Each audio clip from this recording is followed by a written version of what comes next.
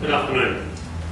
Yesterday, salvage teams evacuated the Rena because they heard some grinding and movement in the vessel which they weren't comfortable with. When they evacuated the vessel, they sealed off all the tanks and made sure that the system was as closed up as possible, so all tanks and vents were closed off. The Awanui disconnected and moved back into Port Tauranga. They then took the ghost notice back into port where it had the containers that were on the aft section of the vessel removed, and then it went back out on the site and connected up a tow rope with the vessel. This morning, 4 of the salvage team went back on board the vessel, and they have been on there all day monitoring the system and making sure that they're putting on new sensors or additional sensors on board the vessel.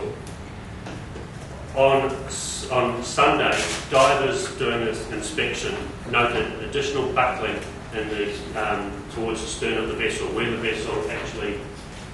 So if you have a look at this diagram, they looked at and found additional buckling and a fracture in this region here. You'll recall that the other forward crack is in this region up here. So there is an additional buckling and fracture where the vessel is once again working on the reef, and that is the point where the ground reaction is. That's where when you look at the dive survey, and it just drops off to a large, deep region in that area. So at the moment, the vessel is sitting there. It's developing additional buckling and some cracks on the starboard side, fracture on the starboard side, and on the port side there is also some buckling going on.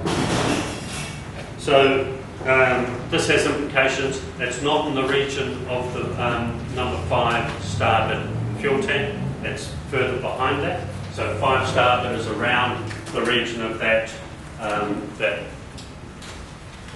This is a ladder here, so 5 starboard is in that region. And so it's not in the region of that, it's further back, but it does cause some concern in terms of the vessel.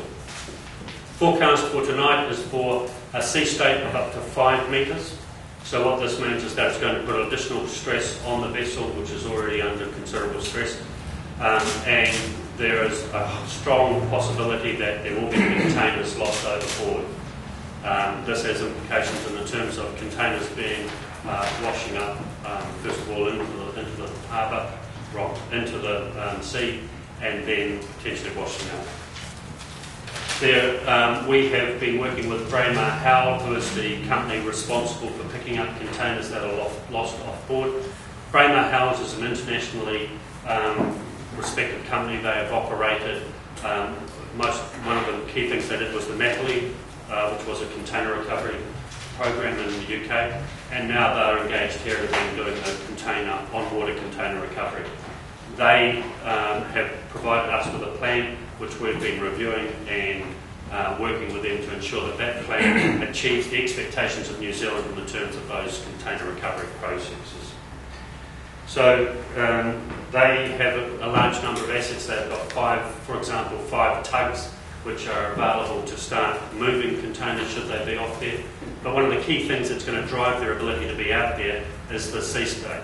If the swell's too hard, if the weather's too rough, then they're not going to be able to operate. They're going to have to wait until it's safe to be able to operate and then to get and corral these containers. Oil recovered when they left the vessel. You'll recall that they have emptied port number 5. They've emptied the settling tanks in the engine room and the transfer tank in the engine room. So all up, about 1,000 tonnes. The main part of oil left on board the vessel is the 358 tonnes in starboard number 5. Thank you.